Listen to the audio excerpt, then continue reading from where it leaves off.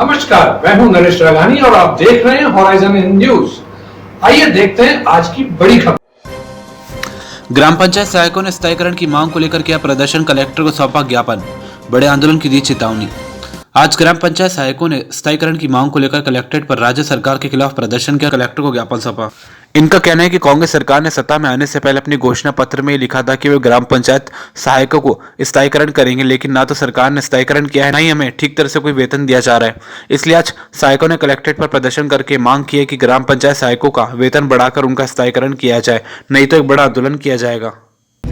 कौन लोग हैं आप और किस समस्या को लेकर प्रदर्शन किया और किसको ज्ञापन सौंपा है? हम राजस्थान ग्राम पंचायत सहायक संगठन से हैं और कांग्रेस सरकार ने शुरुआत में अपने घोषणा पत्र के अंदर स्पष्ट कहा था कि हम ग्राम पंचायत सहायकों को स्थायी करेंगे।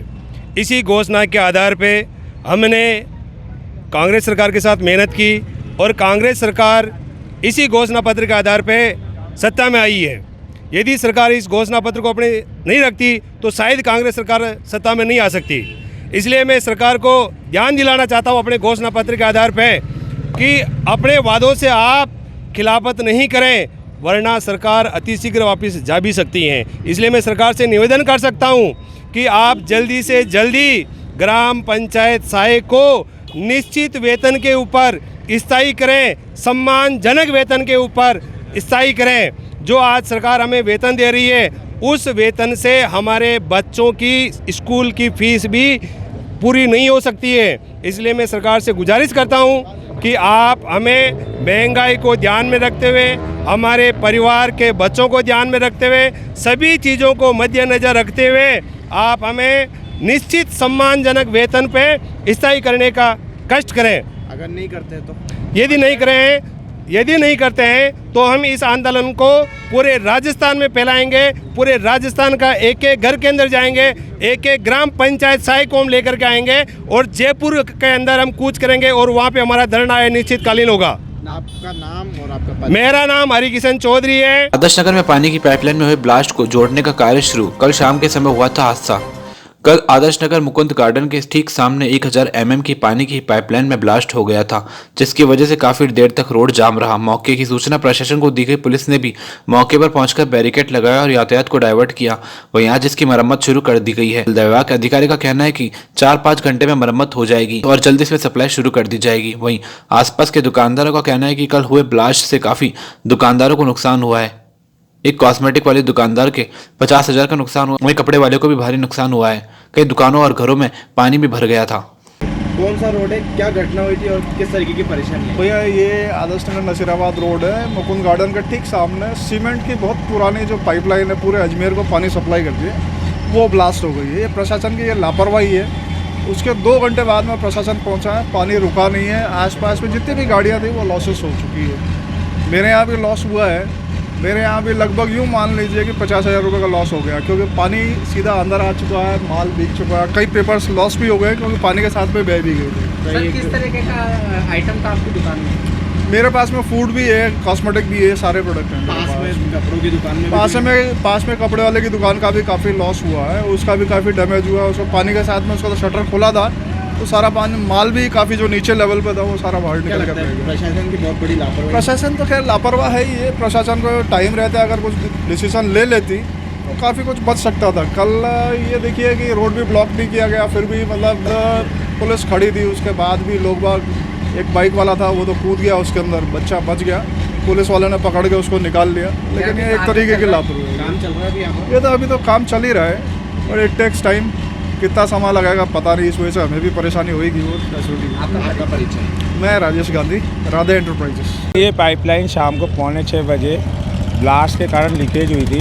1000 mm की PSCC पाइपलाइन है, 17 साल पुरानी पाइपलाइन है। तो इसके अंदर ब्लास्ट होने की सूचना मिलने पर शाम को 6 बजे ही SR7 से 1000 mm, 700 mm, 900 mm के वाल्व बंद करा दिए गए थे। तो उसके बाद के अंदर फील्ड में आकर के देखा और ट्रैफिक पर जो भी था उसको सही करवाया, 1 वे करवाया, बैरिकेड लगवाए। उसके बाद 7 बजे हमारी टीम आ गई थी कॉन्ट्रैक्टर्स की वर्क करने के लिए।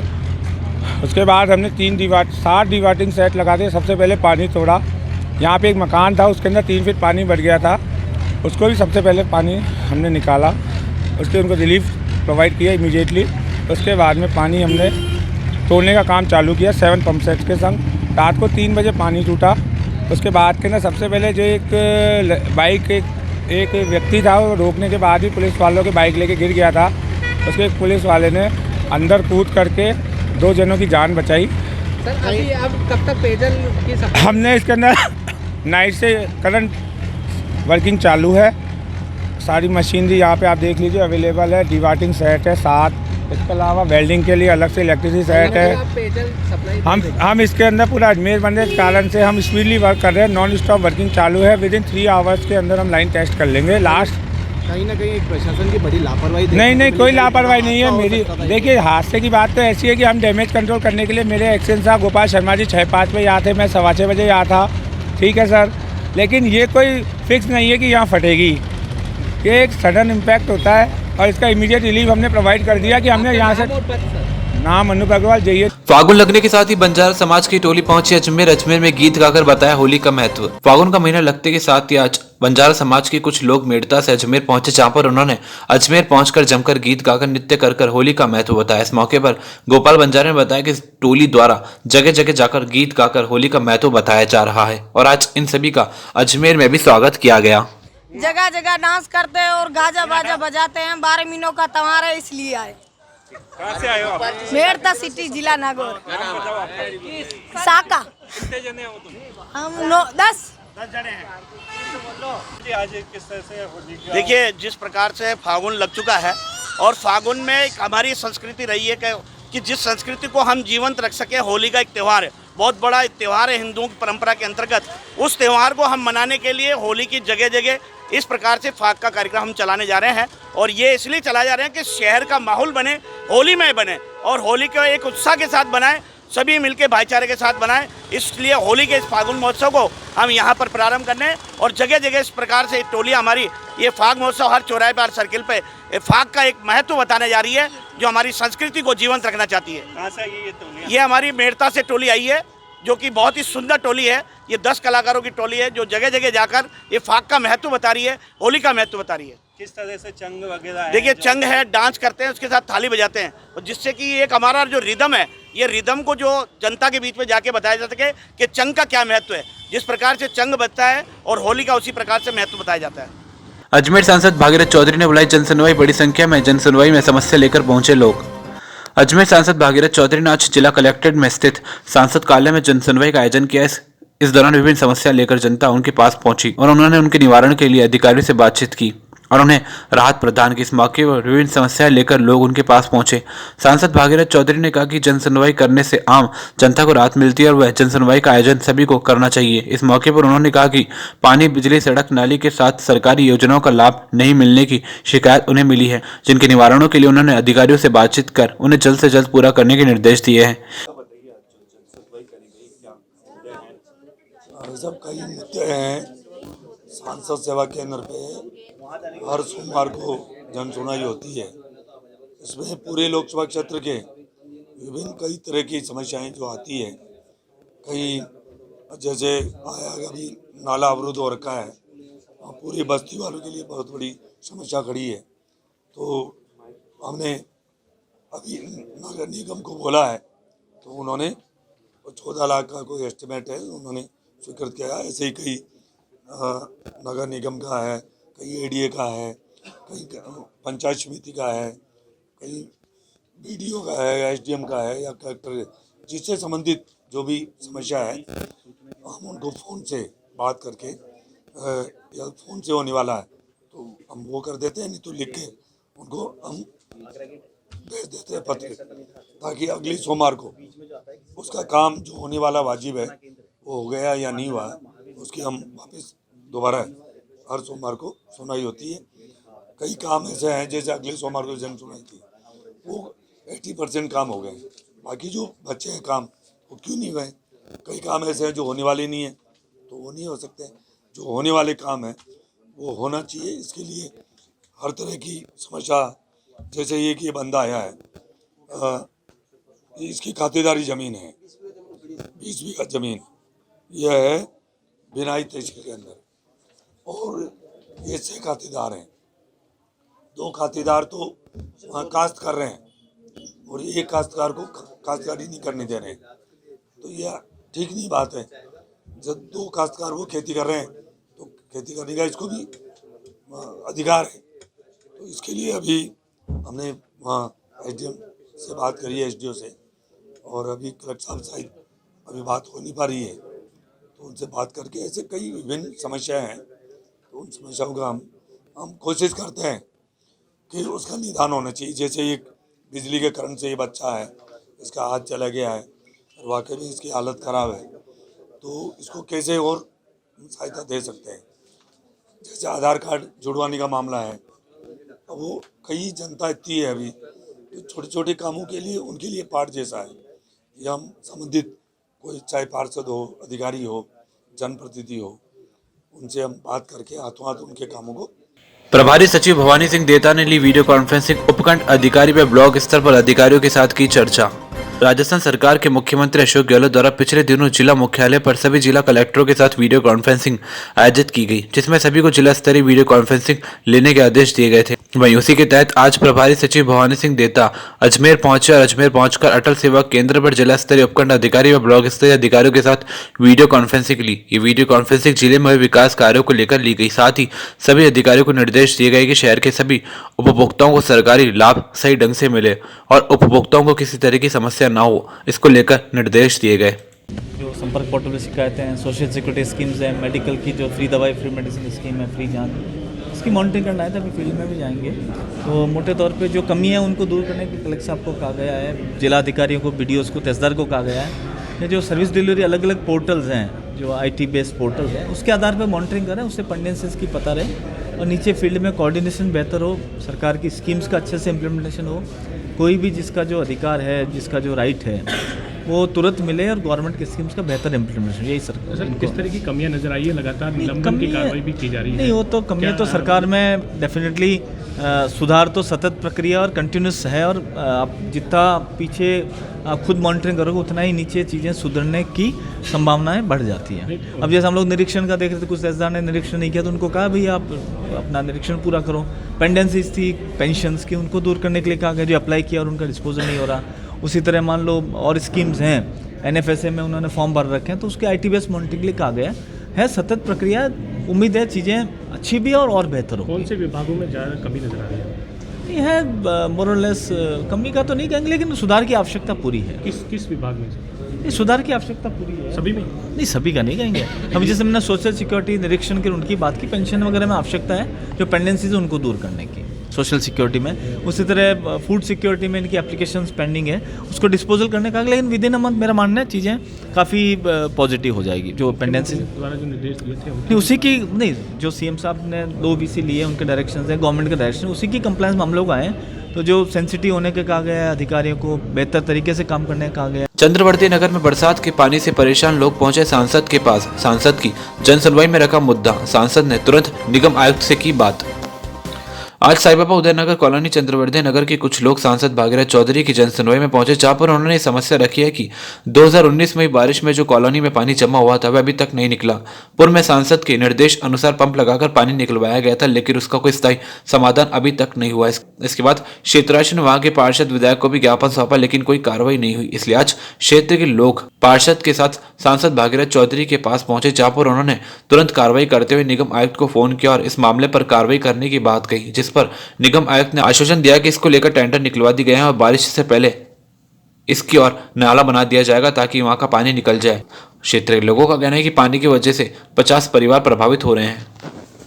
हम सभी कॉलोनी निवासी हैं, साईं बाबा उदयनगर, अपने चंद्रोदय नगर रोड पे हमारी एक कॉलोनी है।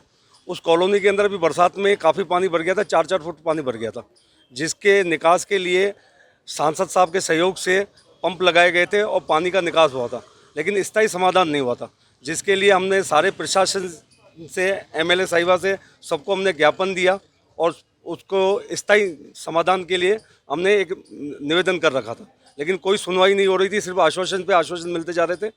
आज हम जन सुनवाई के तहत अब हमारे अजमेर के माननीय श्री भागीरथ जी चौधरी जो MP हैं, उनसे मिलने के लिए आए और उनको हमने ज्ञापन दिया और ये हमने मुद्दा उठाया कि हमारे को स्थायी समाधान दिया जाए बरसाती पानी निकलने का।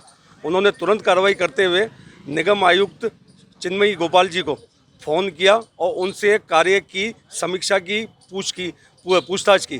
तो कमिश्नर साहिबा चिन्मयी गोपाल जी ने उनको आश्वासन दिया कि कार्रवाई हो चुकी है, टेंडर पास हो चुके हैं और तुरंत ही बरसात से पहले ही वह नाला बना के और स्थायी समाधान निकाल देंगे। हम ये साईं बाबा उदयनगर कॉलोनी, साईं बाबा मंदिर के सामने चंद्रोदय नगर रोड, और इसमें हमारे जो पार्षद साहब हैं मोहन जी लालवानी, उनका भी काफ़ी सहयोग रहा है। और उन है सर, कितने जने प्रभावित हो रहे थे इसमें? सर कम से कम 50 परिवार प्रभावित थे। और पानी जो था, गटर का पानी था, वो हमारे घरों के अंदर घुस गया। पीने के पानी के अंदर, पानी के जो टैंक थे उनके अंदर वो पानी घुस गया था। और उसी के लिए हम कम से कम 6 महीने से परेशान हो रहे थे। और हर अधिकारी को, कलेक्टर साहब को, एडीए के अंदर, निगम के अंदर, मेयर साहब को, एमएलए साहिबा को, सबको हमने ज्ञापन दिया था। और इसका स्थायी समाधान के लिए हमने उनको बोला था। लेकिन आज हमारी सुनवाई हो गई है और भागीरथ जी जो जोशी हैं, जो हमारे यहाँ एमपी साहब हैं, उन्होंने तुरंत कार्रवाई करते हुए चिन्मयी जी गोपाल को फ़ोन करके और उनसे समीक्षा ली। और राजेश पंजाबी। फेसबुक के माध्यम से ऑनलाइन ठगी एंटी करप्शन स्पेशल यूनिट के कांस्टेबल की फेसबुक आईडी हैक कर ठगी। सेलन थाने पर एंटी करप्शन स्पेशल यूनिट में कांस्टेबल के पद पर कार्यरत भागचंद ने रिपोर्ट दर्ज करवाई है कि किसी ठग ने उनकी फेसबुक आईडी हैक करके रिश्तेदारों को पैसों की मांग करते हुए मैसेज भेजा, जिसमें उसने लिखा है कि उसको पैसों की काफी आवश्यकता है, वह इस अकाउंट नंबर पर पैसे डालें। जिस पर भागचंद के 2 रिश्तेदारों ने 20,000 रुपए डाल दिए, जिसको लेकर आज उन्होंने मामला दर्ज करवाया। सिविल लाइंस थाना पुलिस अधिकारी ने आम जनता से अपील किया है कि वे इस तरह के अगर कोई उनके पास पैसों की मांग करते हुए फेसबुक या व्हाट्सएप पे कोई मैसेज आता है तो वो एक बार फोन करके वेरीफाई करें कि उनको सही में पैसों की आवश्यकता है या नहीं, क्योंकि आजकल फेसबुक को हैक करके ठग पैसों की मांग कर रहे हैं। जी सर, किसने मामला दर्ज करा था, क्या है पूरा मामला? ये भागचंद जी हैं और ये कांस्टेबल हैं, एंटी करप्शन की स्पेशल यूनिट में कार्यरत हैं। और इन्होंने हमें एक रिपोर्ट दी है। उस रिपोर्ट में इन्होंने बताया है कि ये जो फेसबुक स्वयं के नाम से संचालित करते हैं उसको किसी ने हैक कर लिया है और हैक करके उनकी फेसबुक आईडी से लोगों से पैसों की डिमांड की जा रही है कि किसी का भाई 10,000 रुपये जमा करवाएं, किसी के 5,000 रुपये जमा करवाएं। ऐसे करके इनके परिचितों ने 10-10 हज़ार रुपये करके 20,000 रुपये जो साइबर क्राइम के जो ठग थे उसके अकाउंट में जमा करवाए हैं। इस तरीके का ये पूरा मामला है, जिसकर उन्होंने हमें रिपोर्ट दी है, जिस पर हमने मुकदमा दर्ज किया है और अनुसंधान जारी है। सर, उन्होंने कोई जानकारी दी कि ठग क्या मैसेज करके उनसे पैसे मांग रहा था? उन्होंने अपनी रिपोर्ट में बताया है कि ठगों ने मैसेज किया कि मुझे पैसे की अभी अर्जेंट आवश्यकता है, कृपया जमा करवाएं। सर, आप आम जनता के लिए क्या मैसेज देना चाहेंगे? आम जनता के लिए हमारा ये मैसेज है कि आप इस प्रकार के ठगों से विशेष सावधान रहें। यदि आपकी फेसबुक आईडी से या व्हाट्सएप से किसी भी तरीके से, किसी सोशल मीडिया के माध्यम से कोई पैसों की डिमांड आपसे करता है तो एक बार वेरीफाई कर लें सामने वाले व्यक्ति से कि उसे वाकई में आवश्यकता है या नहीं। महासंघ कर्मचारी ने कलेक्ट्रेट पर किया प्रदर्शन, कलेक्टर को सौंपा गहलोत सरकार के नाम 9 सूत्री मांग पत्र। आज कलेक्ट्रेट पर महासंघ कर्मचारी संघ द्वारा गहलोत सरकार के खिलाफ प्रदर्शन किया गया और कलेक्टर को 9 सूत्री मांग पत्र सौंपा गया। संघ के अध्यक्ष कांति कुमार शर्मा ने बताया कि राजस्थान के 34 जिलों में सरकार के नाम मांग पत्र सौंपा गया है। अगर सरकार इस मांग पत्र को पूरा नहीं करेगी तो कर्मचारी सड़कों पर उतरेंगे और सरकार के खिलाफ एक बड़ा आंदोलन करेंगे। आज ये पूरे राजस्थान में एकीकृत संयुक्त कर्मचारी महासंघ के बैनर तले राजस्थान के 34 जिलों में सरकार को ज्ञापन दिए जा रहे हैं। हमारी 9 सूत्री मांग पत्र है। और आप देख लीजिए, कल यहाँ अजमेर के अंदर हमारे प्रदेश अध्यक्ष गजेंद्र सिंह राठौड़ और महामंत्री अमरजीत सिंह जी सैनी यहाँ पधारे थे और उन्होंने विधिवत रूप से यहाँ एक अपना जिलाध्यक्ष भी नियुक्त करा। और हम आज जो इकट्ठे हुए हैं, हमारे भाई गंगा सिंह जी जो आज यहाँ JLN हॉस्पिटल के नर्सिंग के भी एसोसिएशन के अध्यक्ष बने हैं, महासंघ ने उनका भी स्वागत किया है। IT सेल के राजेश जी हैं, उनका भी हमने स्वागत किया है और सभी संगठनों के लोग यहाँ मौजूद हैं। आज सरकार को 9 सूत्रीय मांग पत्र प्रदेश स्तर के आह्वान पे हम दे रहे हैं। अगर गहलोत सरकार जल्दी से जल्दी हमारे मांगों के ऊपर संज्ञान ले और उसके ऊपर जल्दी से जल्दी निर्णय ले। इसी क्रम में 24 से 28 तक जयपुर में हमारे धरने प्रदर्शन जारी हो गए हैं। अब कर्मचारी का सड़कों पर आना प्रारंभ हो गया है। इसलिए सरकार को ये आज ज्ञापन के माध्यम से हम ये अवगत कराना चाहते हैं कि 9 सूत्रीय मांग पत्र पे एकीकृत महासंघ के तुरंत वो संज्ञान ले और कर्मचारियों की मांगों को पूरा करे। कांति शर्मा, जिला अध्यक्ष एकीकृत महासंघ अजमेर। चिकित्सा एवं स्वास्थ्य विभाग ने माकड़वाली स्थित डीएम स्पाइसेस पर की कार्रवाई, मसाले बनाने वाली फैक्ट्री को किया सीज। चिकित्सा एवं स्वास्थ्य विभाग द्वारा 17 फरवरी से लेकर 29 फरवरी तक अभियान चलाया जा रहा है, जिसमें मसाला बनाने वाली फैक्ट्री व होलसेलर रिटेलर से नमूने लिए जा रहे हैं। इसी के तहत आज विभाग की टीम और एफएसओ की टीम ने माकड़वाली स्थित डीएम स्पाइसेस पर छापा मारा, जहां से विभाग ने देखा कि सारा मसाला बिल्कुल बेकार क्वालिटी का था, जो कि लोगों के खाने के उपयोग में नहीं लिया जा सकता, जिस पर आज विभाग की टीम ने बड़ी संख्या में फैक्ट्री से माल जब्त किया। इतना ही नहीं, 3 मशीनें भी वहां से सीज की गई। इसके अलावा हल्दी, धनिया और मिर्ची के सैंपल लिए गए। मसालों की जांच के बाद संचालकों पर कार्रवाई की जाएगी। टीम ने यह भी बताया कि उनके पास किसी प्रकार का कोई फूड लाइसेंस भी नहीं था। जी हाँ, किस चीज़ की कार्रवाई है और कहाँ पर की है और किसका गोदाम है ये? चिकित्सा एवं स्वास्थ्य विभाग द्वारा दिनांक 17 फरवरी 2020 से लेकर के 29 फरवरी 2020 तक मसाले के जितने भी निर्माता और जितने भी रिटेलर, होलसेलर जो विक्रेताओं को मसाला बना करके पैक करके बेचते हैं, उनके ऊपर एक विशेष अभियान चलाया जा रहा है। और राज्य सरकार के आदेशानुसार आज चिकित्सा एवं स्वास्थ्य विभाग की टीम मुख्य चिकित्सा स्वास्थ्य अजमेर के तत्वावधान में और CMHO के आदेशानुसार FSO की टीम से अन्य अभियान चालू किया है, जिसके तहत हमने आज माकड़वाली रोड पर इस फार्म पर जिस पे कि मसाले तैयार किए जाते हैं डीएम स्पाइसेस पर हमने आज छापा मारा। इसके दौरान यहाँ पर बहुत घटिया क्वालिटी की मसाले पीसे जा रहे हैं, जिनकी कीमत 20 से 30 रुपए किलो की मिर्ची हैं, जिनको कि आम उपभोक्ता को या मानव के खाने के लायक नहीं है, और उनकी क्वांटिटी इतनी ज़्यादा मिली है कि जिसको हमको मौके पर ही नष्ट कराना मजबूरी हो गई थी, क्योंकि उसको पीस करके बेचने की ना तो खाने के लायक है, ना किसी उपभोग के लायक है। वो मशीन भी सीज करी हुई? हाँ, तीनों मशीन जिससे कि मसाले तैयार करते हैं या जो वर्क करते हैं वो लोगों का मसाला लेकर के पीसा जाता है, यहाँ उन तीनों मशीनों को सीज कर दिया। दोनों ही पार्टियों के पास कोई लाइसेंस, फूड लाइसेंस उपलब्ध नहीं था।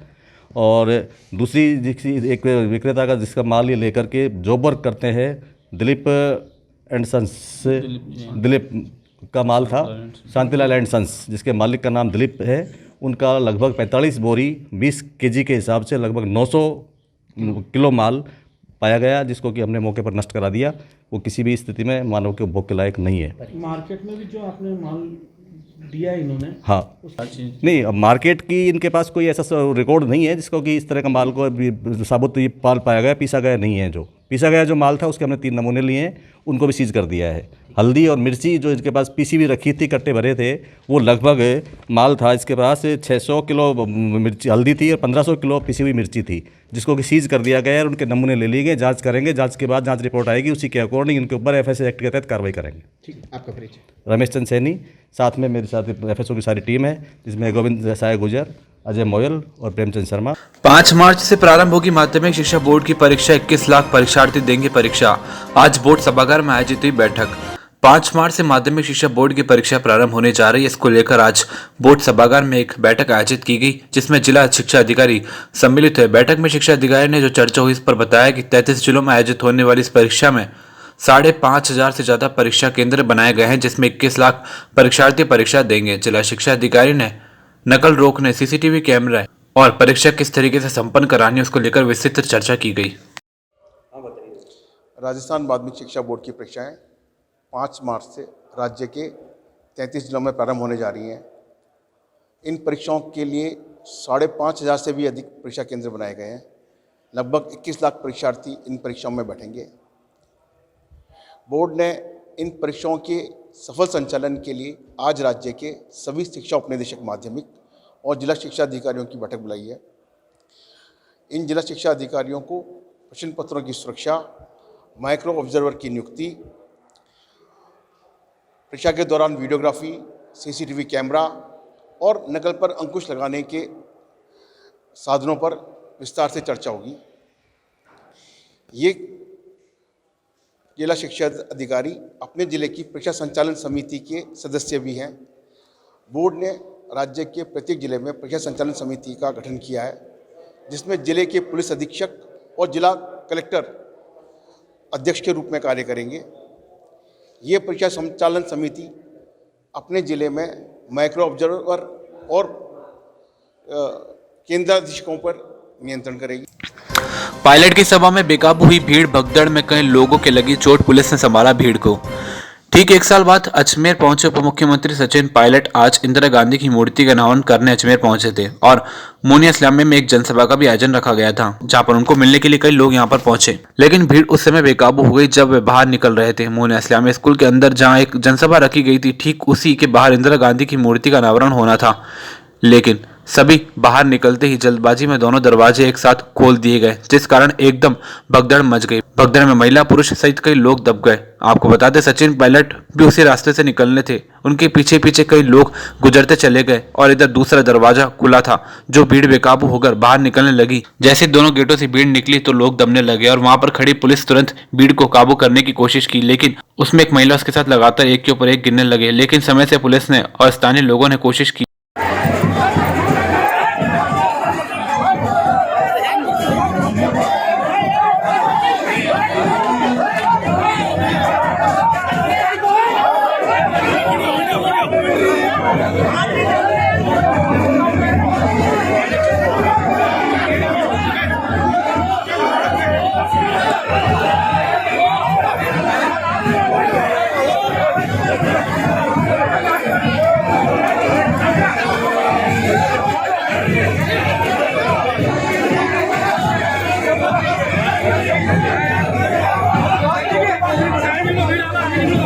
उप मुख्यमंत्री सचिन पायलट ने सभा को किया संबोधित, कांग्रेस समर्थकों को बताया अपना राजनीतिक जीवन, मीडिया के सवालों से बचे पायलट। राजस्थान सरकार में उप मुख्यमंत्री बनने के बाद सचिन पायलट पहली बार आज अजमेर पहुंचे, जहां पर उन्होंने इंदिरा गांधी स्मारक पर पूर्व प्रधानमंत्री स्वर्गीय इंदिरा गांधी की प्रतिमा का अनावरण किया, जिसके बाद उन्होंने मोनिया इस्लामिया स्कूल में एक सभा को भी संबोधित किया, जिसमें बड़ी संख्या में कांग्रेस के पदाधिकारी, कार्यकर्ता और समर्थक सम्मिलित हुए।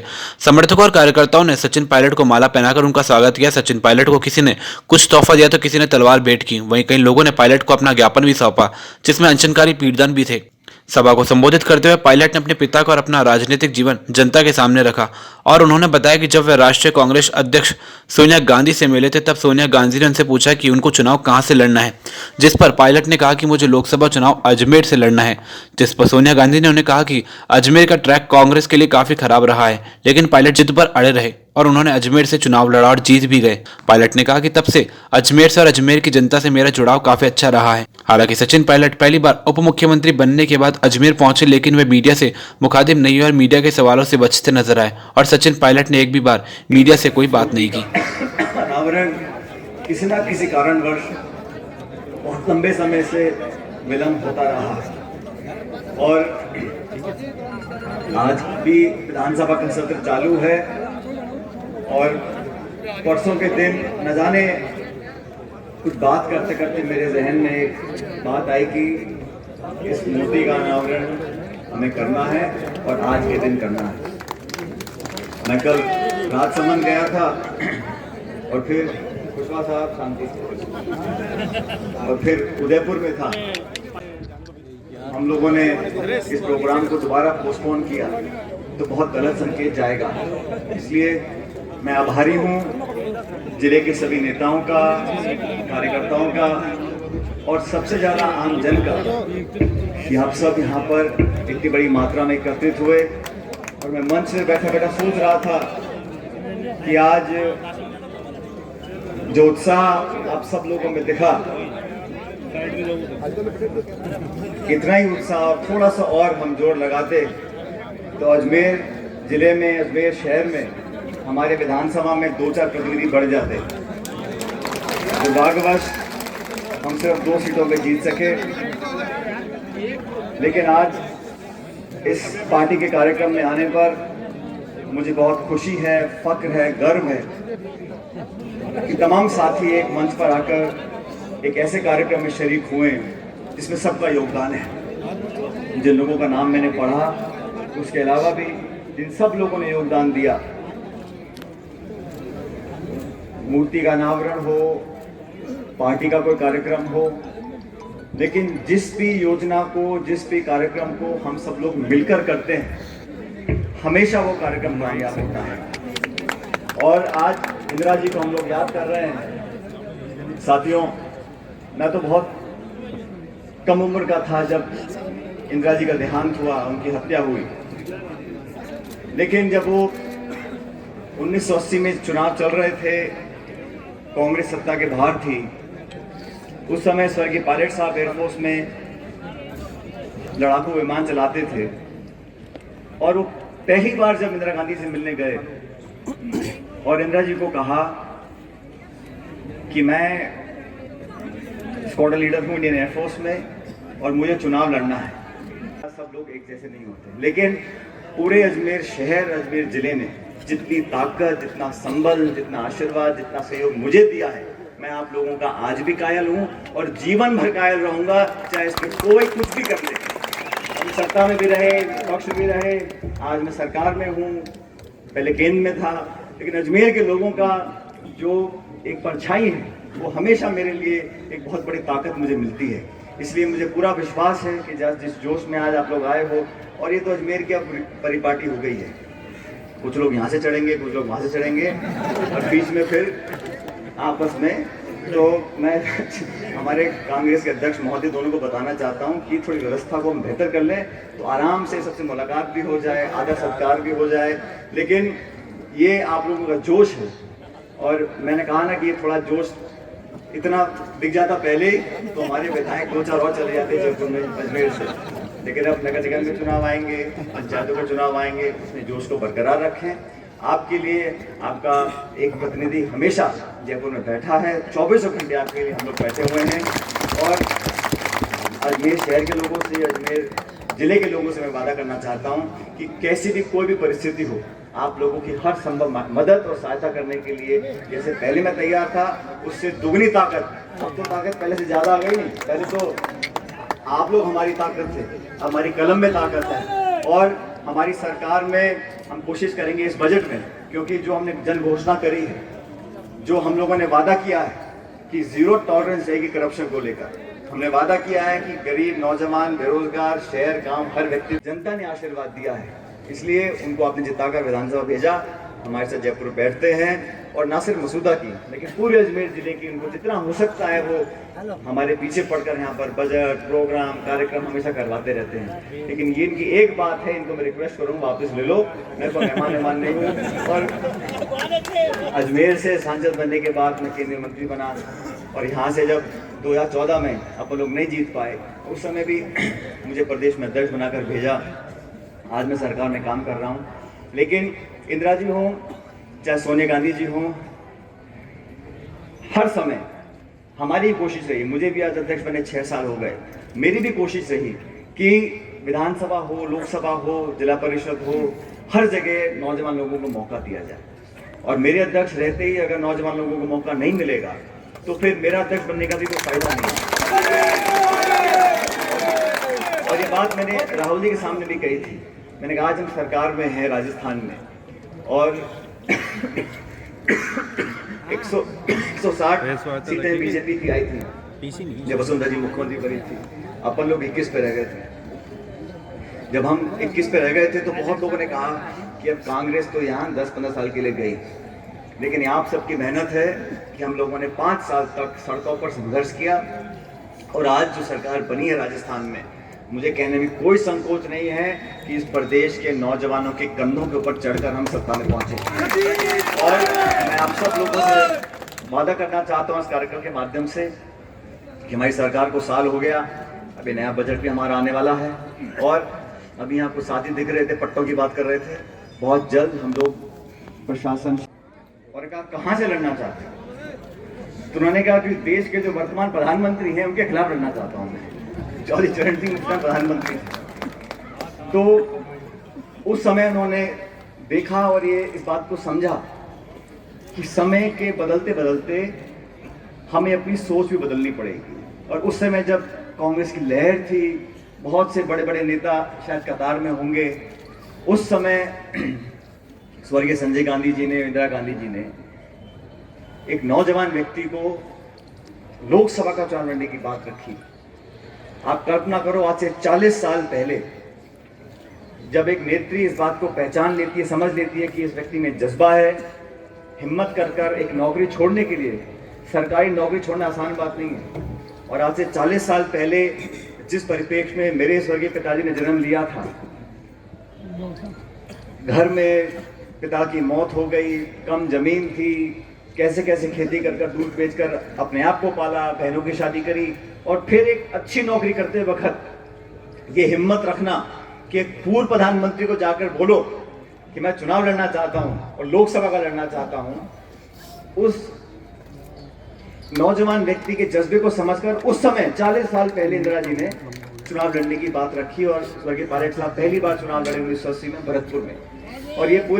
और ये मैं कहानी आपको इसलिए बता रहा हूं कि हर पॉलिटिकल पार्टी को ये समझना बहुत जरूरी है कि समय के बदलाव में हम सबको समझना पड़ेगा कि समाज की वास्तविकता क्या है। आज हिंदुस्तान पहले से कहीं ज्यादा नौजवान देश प्रदेश है। अभी राहुल गांधी जी आए थे जयपुर में 28 तारीख को, वहां पर भी मैंने कहा था, कांग्रेस पार्टी की कमान संभाली थी, कांग्रेस पार्टी ने कहा आप जाके अध्यक्ष बनकर वहां पार्टी को जिंदा करिए, और आप सब लोगों का आशीर्वाद है। और मैं इसलिए कह रहा हूं क्योंकि 2004 में तो ये बात थी इंदिरा जी वाली। अब मैं बताता हूँ आपको, जब सोनिया गांधी अध्यक्ष थी 2004 में मेरा लोकसभा क्षेत्र दौसा आरक्षित हो गया, तो सोनिया गांधी से मैं बात कर रहा था, तो उन्होंने मुझे कहा कि सचिन अब आप चुनाव कहाँ से लड़ना चाहते हैं। तो मैंने उनको उस समय कहा, मैंने कहा मैडम मैं चुनाव लड़ना चाहता हूँ अजमेर से। तो अब वो उनके पास पूरी किताब थी अजमेर राजस्थान की, तो पन्ना पलटा होगा। उन्होंने कहा भाई यहाँ कोई ट्रैक रिकॉर्ड बहुत ज्यादा अच्छा नहीं है। कांग्रेस पार्टी के टिकट पर यहाँ 1985 के बाद एक आध बार मेकर प्रभारी चलेगी, वो एक बार वो जीती थी, तो बाकी जीत नहीं सके थे। तो मैंने उनको बोला, मैंने कहा मुझे पता नहीं, मैं एक बार संसद में जा चुका हूँ, मुझे भगवान का आशीर्वाद है, और 2009 का चुनाव मेरा मन कहता है कि मैं अजमेर लड़ना चाहता हूँ, मुझे लड़ने दो। उस समय भी जिस तरह इंदिरा जी ने कहा था पायलट साहब को कि अभी अच्छी नौकरी है, 2 छोटे बच्चे हैं, घर जाके सोच लो क्या करना है, तो मुझे सोनिया जी ने कहा कि सचिन जल्दबाजी मत करो, अभी टाइम है, तो फिर सोच लो। और 2-4 क्षेत्रों के नाम मुझे उन्होंने बताए।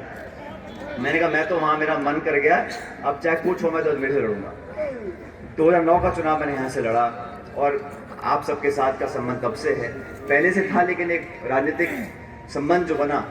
और कौन कह रहे थे मेरे ख्याल बना, आप कह रहे थे, महेंद्र जी कह रहे थे कि मेहमान बन के आते हैं, ये कौन कह रहा था?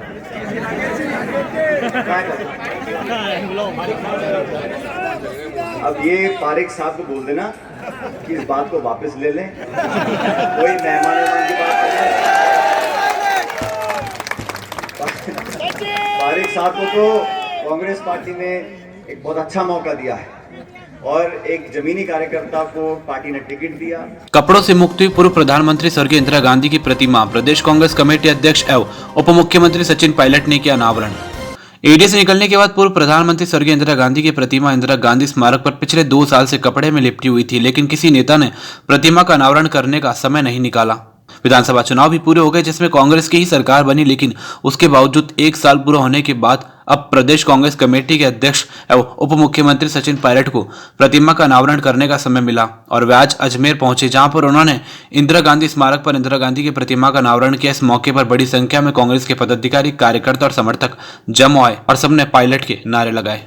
पायलट साहब का आभार व्यक्त करती हूँ कि उस आयरन लेडी, भारत रत्न पूर्व प्रधानमंत्री जी की मूर्ति का अनावरण आज पायलट साहब के कर कमलों से हुआ।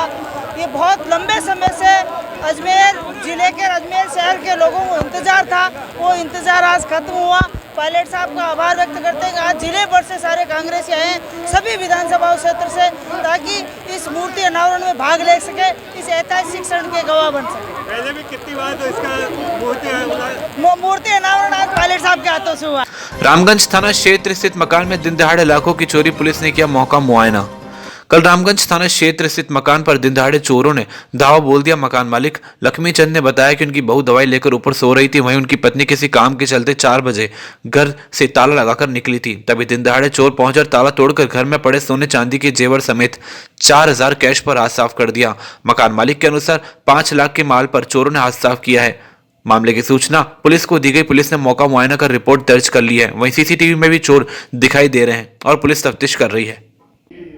जी दादा। हाँ दादा, क्या हुआ था? हाँ दादा, मैं दुकान पे था, मेरा नाम लक्ष्मी चंद है और मेरी साइकिल की दुकान है।